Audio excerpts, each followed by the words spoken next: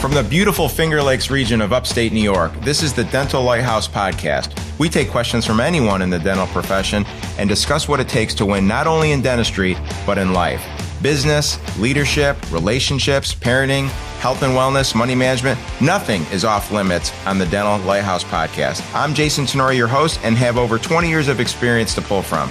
Learn from my mistakes and let me help you collapse time so you can become the best version of yourself.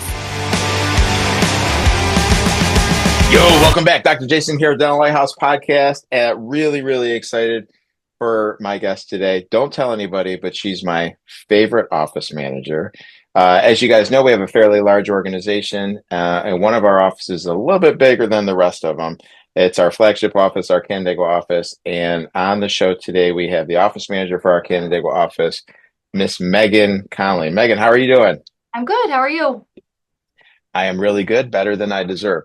So I had begged Megan for months, for years, to be on the podcast, even though the podcast is less than a year old. I said, Megan, if I ever start a podcast, will you please be a guest on the episode? And she finally has agreed.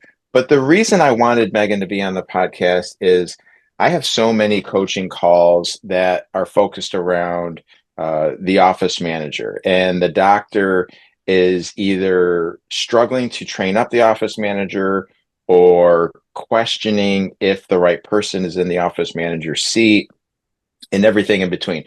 So I thought this could be a great opportunity for Megan and I to have a conversation that a lot of people listen to on, kind of where our relationship started, how you came into the organization, what were some of the pain points that you had in getting to the position that you're in now? What you'd like to see done differently? Just basically a real casual conversation on how we can help other docs develop a better relationship with their office manager, maybe set more clear expectations, what your job duties are, stuff like that. Is that something you're cool with? Yeah, sounds good. So, Megan, in your own words, why don't you just, for our listeners, give a little bit of a history as to when you joined our group, in what capacity did you join, and how did it ultimately get to the point where you're the office manager for our flagship office? Yeah, sounds good. So next month, or March of this year, will be 9 years that I've been with Finger Lakes Dental. I chose Finger Lakes Dental because of the working hours. That's what first drew me to the practice. I actually have my master's and was practicing, was on my journey to practice acupuncture. And I was feeling a little burnt out in that aspect of my life and wanted to supplement with something else where I could still have hours to possibly see patients, but also have a job that provided benefits. And this was the perfect fit. I quickly realized that this was more than the perfect fit, and this is where I wanted to stay. So I made this my full-time position. But I started as a greetings coordinator. So just the first person that you see when you walk in the door, the person that checks in patients. And from there, saw a need for, we were a small office back then, I think 2 docs. We had one practice. There was 3 of us at the front desk. And I felt like I needed to do more to help my coworkers. So I started kind of diving into treatment planning on my own, getting kind of taught along the way on how to estimate insurance, take out some coverage. And then from there, just kind of really dug deep into the treatment planning side of things, which I had a passion for, and started doing all the larger treatment plans. So I was your treatment coordinator for a while. So for all of your bigger cases, and from there, it just kind of exploded. So then I realized that I had some leadership potential. I became the front desk lead. That didn't really last that long because there was a need for an office manager. And I kind of just went right into that role from there. So I think I've been the Canandaigua office manager. I was trying to figure that out because I knew you were going to ask me. I think it's 3 years, maybe 4 years, but it's all been a blur. So in a good way. Seems like yesterday. Yeah, exactly. Well, like one of your podcasts with Kira, you said I'd been here for 15 years and been the office manager for 8. And you're like, oh, I was close. So it just feels like forever. Yeah, I don't remember what I had for breakfast this morning, so my I memory is know. not nearly what it should be. So, I appreciate you sharing that history. Can you share, and we'll rewind the tape here in a few minutes, and we'll start to unpack that journey a little bit. But so you've gone from what I call, Sally Sunshine, smiling at people as they walk in, checking them in, to the point now where you're running an office that has five doctors, eight hygienists. I think we're close to 20 ops in this office. Um, what are you doing now on a daily basis that is different than, say, even when you first got the office manager job 4 years ago? Everything. Everything's different. I've learned a lot along the way. I think the biggest thing that I've learned is to not try to do it all. There's no way that I'm going to be able to serve my team, serve our patients if I'm just trying to do everything. And that was a big wake up call for me, is letting go of that and really making sure I'm delegating responsibilities to the right people. So right now I'm actually able to focus on the leadership of the office, the day to day, we're fortunate to not have a ton of upset patients, but we can't please everybody every day. So it's probably my least favorite part of the job, but that's part of it too. But I would say there's nothing that I did when I first took over this position 3 or 4 years ago to what I'm doing day to day today. Yeah, 100%. So, I just actually got off a coaching call where the dentist was struggling to delegate responsibility to other people. So they felt like they were managing it all, very similar to what you just described. So, in your own words, can you share how you delegate specific tasks and what is your framework? If there's someone on your team that you want to give something to, how do you exactly go about doing it? Um, let's see. So I think, is it cool if I use an example? Of course. All right, so I've got a lot of AR responsibilities. So obviously the accounts that are over 90 days, I'm going to take a personal look at, and I'm going to make sure that we're doing everything we can do to collect those. But the simple ones where, Mrs. Jones just had a prophy and they didn't cover a fluoride or a PA or something like that, and we just need to send out a statement to her. I realized that could be something that somebody at the front desk could handle. So just somebody that I thought had the capacity to do it, had the capacity to understand the accounts, because that's tricky in itself, just understanding where the balance comes from. Because the last thing we want to do is send a statement in error that they shouldn't have received. So making sure that it was somebody that I trusted to take a look at the accounts, to understand the accounts, and then just um, has a tendency to ask questions. So I know that nothing is going to be sent out in error. And then really sitting down with that person and going over exactly how I do it, show her how I worked the accounts and how I would send them. And then just making sure she felt comfortable doing it. And then you can tell after how many times of showing them, okay, she's got this, she's on her own. Repetitive is the name of the game, just making sure, she's feeling comfortable with it. And then moving on from there. And now I let her handle them. And at the end of the week, she said, there's 5 or 6 in there in the software that I'm just not sure about. Can you take a look at them? And then pretty much that whole task is off my plate. Yeah, I love it. So, again, just referencing this call that I just got off of, we started to unpack, okay, what are we asking this other person to do? That's easy. It's easy to like assign a task. Like, I need you to do this. So that's the what. The harder part is the how, right? So we have to be really invested with showing someone how to do the what. And showing someone how to do the what can be very time consuming, sometimes to the point where leaders will say to themselves, well, never mind, I'll just do it myself. But when you can dedicate the time to a competent person, to an A or a B player, and they, to your point, show an interest, they ask good questions, it's worth spending an hour and a half, 2 hours to train up on something that should only take 10 minutes, because once you dedicate that 1 to 2 hours over a couple of weeks, you have just total faith that they get it and they're taking it off your plate, and it just frees you up to do things that only you can do. So I love how you just described that. And I think it's a really, really good example for doctors and office managers that are listening to, don't just say like, never mind, I'll do it. You have to carve out the time to explain what exactly it is that you want done. And then more importantly, dedicate the time to explain to them how to do it.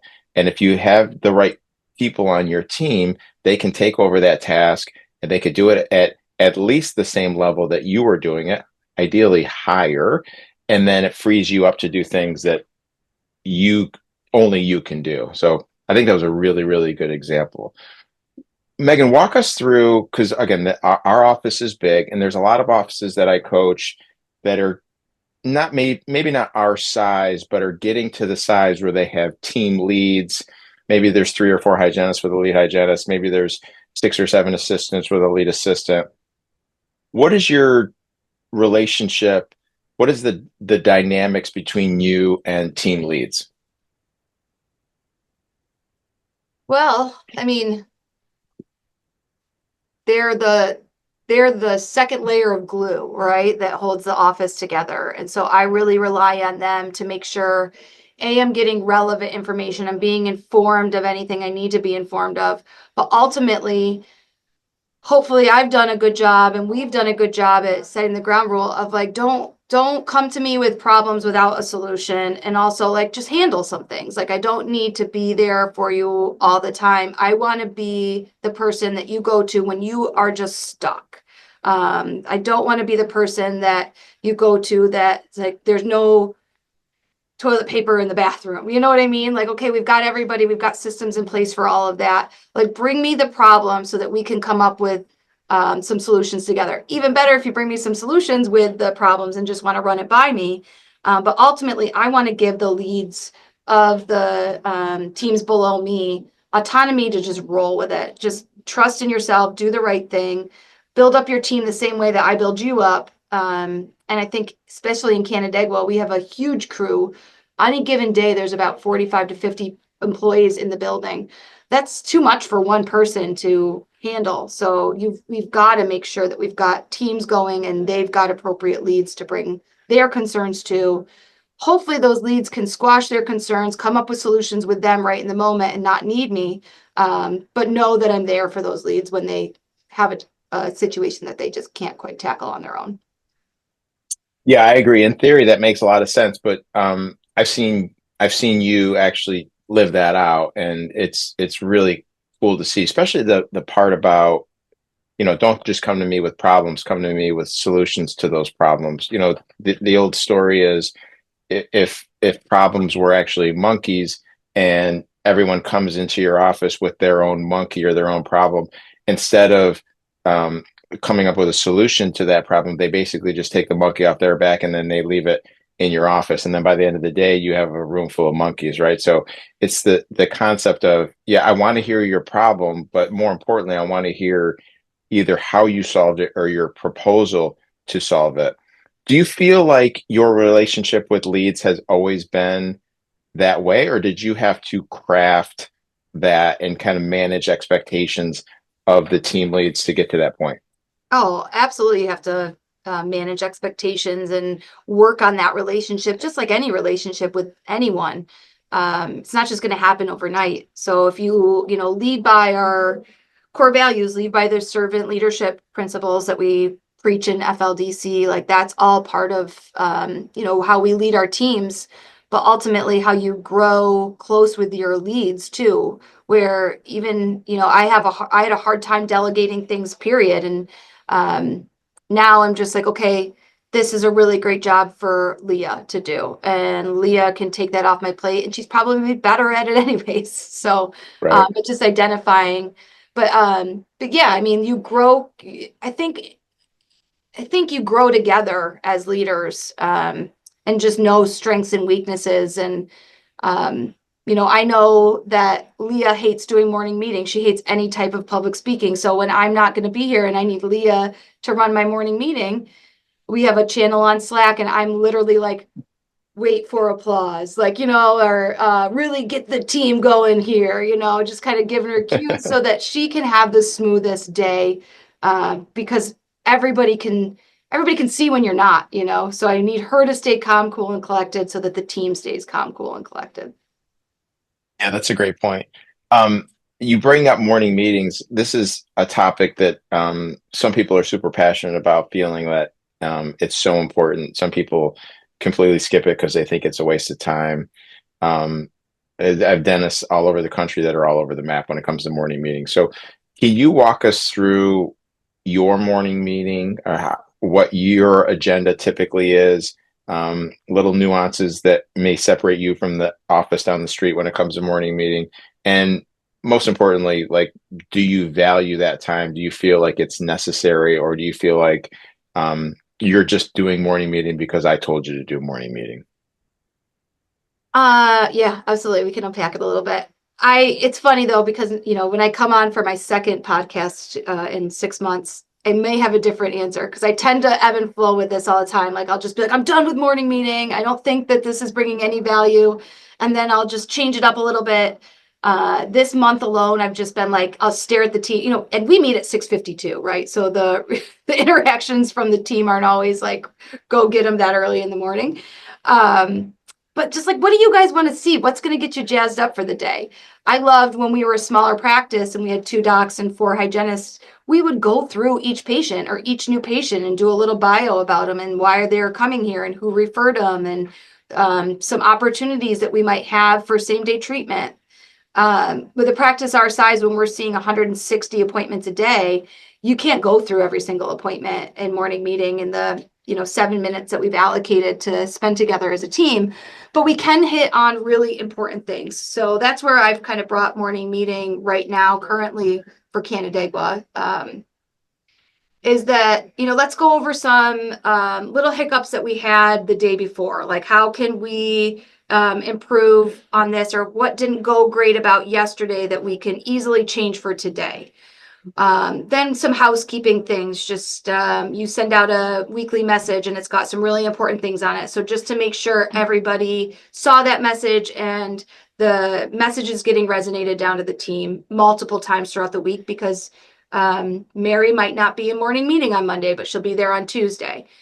And then I will talk about numbers. We'll look about where our openings are for the day, if we're scheduled to goal. And then I've really tried to start leaving morning meeting on a positive note. So instead of being like, hey, you guys never did this yesterday, or nobody's taking new patient photos, I don't want that to be the last thing everybody hears. So I'll go through and collect some 5-star reviews that we got. And we're blessed that we pretty much every day get a number of 5-star reviews, and a lot of them have a message. So, I felt so confident the team's well-oiled machine. They explained everything to me as they were doing it.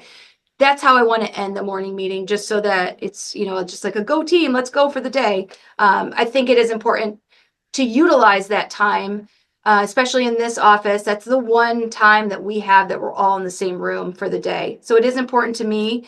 I'm always thinking about changing it up and doing something different, which I think just keeps kind of everything fresh. But the morning meeting has always been kind of a thorn in my side, as far as how do I want to get everybody engaged? And no one, and me included, want to hear me talk 7 minutes straight in the morning before we have to see patients. But I always like to leave everybody a little bit of time. Go, have a couple sips of coffee. The hygiene team's always brushing their teeth before they take their patients back, which I love. So just little things, but making sure that I'm not taking their whole morning too. Yeah. So as you know, I feel like morning meeting is super important for a number of reasons. And I think the agenda of the morning meeting is ultimately dictated by the size of the practice. So to your point, when we had 2 doctors and 4 hygienists, there was a lot of value in us all meeting together. At that time, we would meet for 15 minutes and we would go over every single appointment and we would touch upon a personal a little bit of personal info in regards to each patient and outstanding treatment and what they like, what they don't like, all of those things. And then as we grew, it was just too time consuming to do that for every single patient. So that's when we moved to the idea of the doctor and their assistants would meet for 7 or 8 minutes and discuss their schedule in depth. And then that would be the first 7 or 8 minutes of morning meeting. So each pod was in their own corner of the office, and then everyone come together for the final 7 or 8 minutes to do exactly what you described. I love the idea of mixing it up. I love the idea of referencing 5-star reviews specifically that have a team member's name, or multiple team members' names in the message. There's nothing better than hearing your own name when it's shed in a positive light. I also think it's a great opportunity to double down on core value reminders, right? So I love the idea of calling on someone. Mary, give an example of how one of your team members showed customer service yesterday. Or, Megan, tell me a time this week where someone at the front desk showed the core value of being a team player. And recognizing people publicly, as you know, and as you've heard me say 100 times, words of affirmation, typically public words of affirmation, people tend to like that. So if we can recognize people and tie it back to our core values to just constantly keep it top of mind for people, I think that's a really good strategy, and it's a great opportunity to do that at morning meeting. Yeah. And I do think that one thing that took me a while to learn that I really focus on now is it's really easy to get bogged down with the negative stuff that's happening. But, for 160 appointments, we have one patient that was a little miffed about something, but we saw 159 people that raving about their appointment. So just to kind of not focus on the negative. And I would find myself sometime in morning meeting just being like, okay, guys, this is all the stuff we screwed up yesterday, right? And then everyone leaves morning meeting like, ugh.